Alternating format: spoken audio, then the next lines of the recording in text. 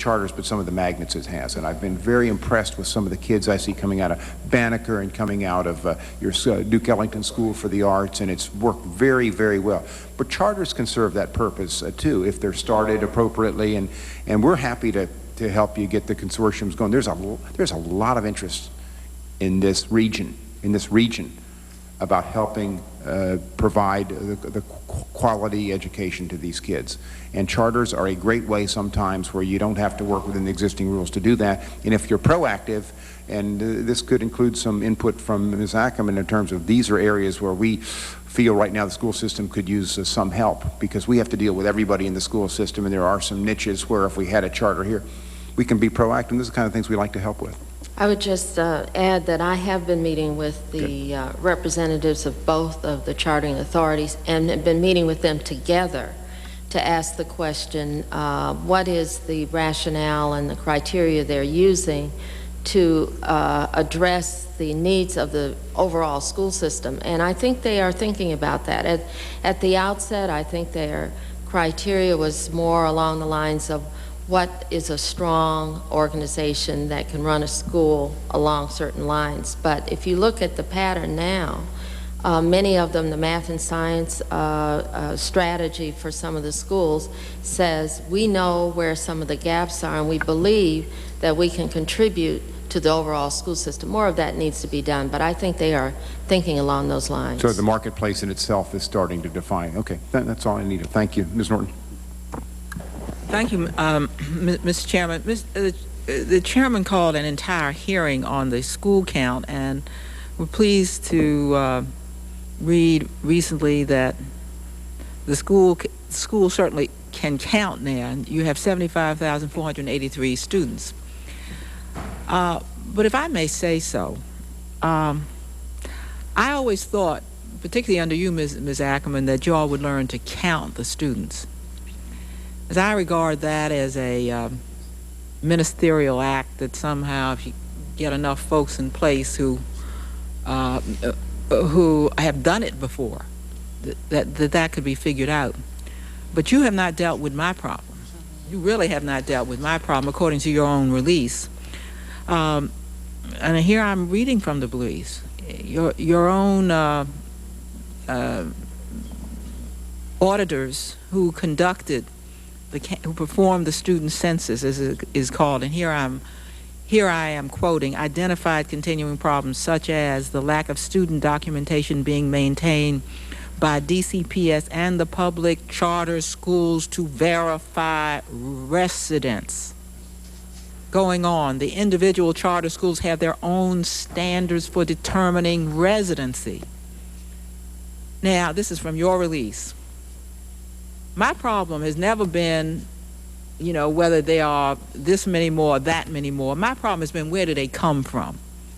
And as long as we can, particularly now that we cannot do, and as for the foreseeable future, we'll do no commuter tax, the insult to injury it adds for folks who happen to be coming into the District of Columbia to drop off a school at one of our public schools or now our public charter schools is really something. I hear the chairman asking about proactivity in our charter schools. Well, Virginia and Maryland, they can't get charter schools at all because they are virtually blocked there. So what happens? You may have people from Virginia and Maryland seeing this new blossoming charter school movement in the District of Columbia, where we have more charter schools per capita than any place in the District of Columbia. They could be ripping you off because we still have this residency problem.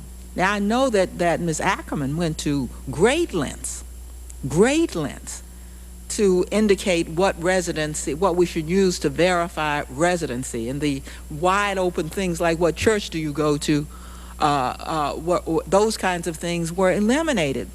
But if you got almost 5,000 children in charter schools, and they are determining standards for residency, I at least have no confidence that the charter schools are educating DC students, and I don't even have confidence that you are, because they say, your own auditors say, lack of student documentation being maintained by the DC public schools to verify residency. So I would like to ask you, perhaps Mr. Chavis knows something about this, how you could how you yourself can be confident that you are overseeing this expenditure of D.C. taxpayers' funds only on D.C. taxpayer children in public schools, whether they are public charter schools or schools under your direct control. Well, we went through, as you know, an extensive process last fall around verification. The problem we have when we talk with the auditors is what we kept as a proof of that process. In some schools, there was the checklist and signed off by the staff person who verified. In others, they actually kept the documents. And there was some confusion this year about whether or not the documents had to be kept in every file. What we did have was, though, a verification that they had been checked and what was checked. And what we've done for next year is to be clear about that. That was the problem that we had, and when we brought the auditors back, I think they were satisfied that we did indeed have a process in place and that we could verify it. The problem we had is what we kept in the permanent records. And next year that will not be an issue. As it relates to what happens in charter schools, we did not have that same process for charter schools. There was a separate process. Why was that, Ms. Ackerman? That's not in your best interest. Well, I know, but we have no... public school money, per pupil public school money that goes to the charter schools. So why wouldn't you insist that they, in fact, use the very same process that you have forced on the public schools that are non-charter schools? Well, I'd like to insist that they do, but I don't think that I... And that will happen. I mean, we've noticed that that's been a problem.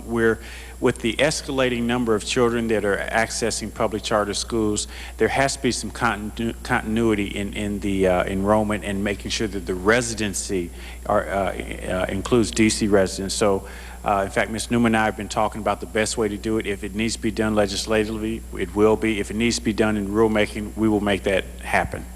Very much appreciate that, to clear this problem up once and for all. Could I ask you a question? And by the way, I'm sure you'd be concerned about that, Mr. Chavis, because some of they're no longer saying 80,000 students. So that means 4,000 disappeared just by counting. Now they're saying 75,000. You know what's happened to 7 and 8. Yes. And that's where the children were. And that's also where much of the movement has gone from. So that's why it's been hard for us to believe that somehow the movement out of the city has been so colossal, but the school system remained exactly where it was. And there's some credibility restored because at least the number has gone down so that we can see that there's accurate counting. Let me ask you about, in light of that, about this difficult problem the school system has had. And one, I want to know if there is a continuing decline in student population and whether you anticipate that that will be the case. I mean, we're gaining population, but all the indications are that they are, single people and married couples without children. So one, in your long-range planning, do you see a decline in the student population? And two, what has happened to the properties that were to be sold once you close the school? If there's a decline in student population, do you see any more consolidation or closing of schools? Well, let me answer the first one. I think Ms. Newman can talk about the surplus properties. The control board's been tasked with that responsibility. We're going through this process of implementing a long-range master facilities plan. And one of the reasons why we rejected the plan last year is it did not deal with the demographic trends. And we don't want to talk about, we're talking about building or modernizing new schools. We don't want to build schools or modernize schools where there aren't going to be children. And so we are doing some statistical analysis to try to decide where the growths are in this city. It is true that the city is continuing to lose population, but it is also true that that is being stabilized somewhat, and it is being offset to some degree, not the degree we'd like, by new folks coming into the city. My ward, as you mentioned, Ward 7, has lost more people in this city than any ward in the city over the past 10 years.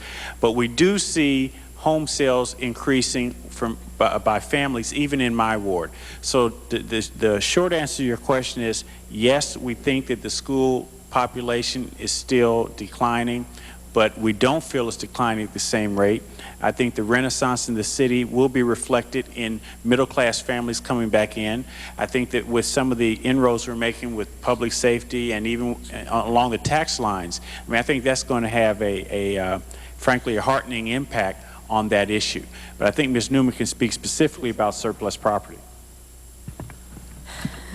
Yes, I can, and I can't speak in a way that I'm very proud of. I think that most of us who've been involved with the disposition of the school property up until about 2 months ago have not been that comfortable that the process has run as smoothly as it should run. But what I think we all are in agreement on right now is that we need to see which of the schools are in process and where are there certain expectations that there is property to be disposed of. And then what we need to do is to revisit the policy and determine. What I started to get along the way was more public sentiment that the school system not sell the properties, but rather lease it. Well, that wasn't the policy at the outset. So what I'm suggesting is that once we see what's in process and we take care of those up or down, that then we, through the public process of the council, revisit what is and should be the policy. How much should there be a determination of the community impact and other community uses, and how much should only the bottom line be considered in the disposition of the property? I can understand your concern, and of course, you are getting competing notions here. One thing you don't want to have happen to you is what happened to the city in the past. The city has closed schools, and these schools have become terrible wrecks in communities. So if you close the schools, went through all that pain, then some disposition must be made of the school. Either the school, as you say, there are options. If you don't want to sell it, or you decide, on second thought you shouldn't sell it, then the only thing I'm asking is don't let happen what has happened in my neighborhood, where the school site became the focus for all of the dereliction in the neighborhood. It was the public school site. Whereas people were taking care of their homes, it was the public school site, because the public schools closed the site years ago and nothing ever happened to it. So the public thinks that having gone through this terrible pain and turmoil, which of course was necessary to close the schools, that the site is going to be taken care of. I would only ask that a time limit be put on it. For example, to say that by the end of this year, a decision will be made on what is the disposition of the closed schools, so that we will not go into the year 2000 not even knowing whether it's going to be sold or whether you've made another decision. The gentlelady yield, I would concur Absolutely. with that. I would concur with that. Mr. Chairman, a point of personal privilege. Mr. Singleton is a member of the elected school board, and I think he feels that I haven't properly represented the optimism and the support for the elected school board, and I would like to ask, could he have a minute? He's not. He isn't sworn. And we invited the school board to participate, and their leader did not show or notify us she wasn't showing. We will give an ample opportunity at another hearing. I see. All right. Thank you, Ms. Chairman. No more questions. Mr. Horn. Thank you, Mr. Chairman. I think earlier, in response to a question from the panel, Superintendent, you mentioned the open enrollment policy of the district. Do you have data on last fall's results of open enrollment, and has it been analyzed as to where a particular student was and where that student is now going? And is that data available, and have you analyzed it in terms of, is this a bad school that student was leaving from to go to what was perceived by parents and perhaps the child as a good school? And what can you tell me about the analysis of that data? Again,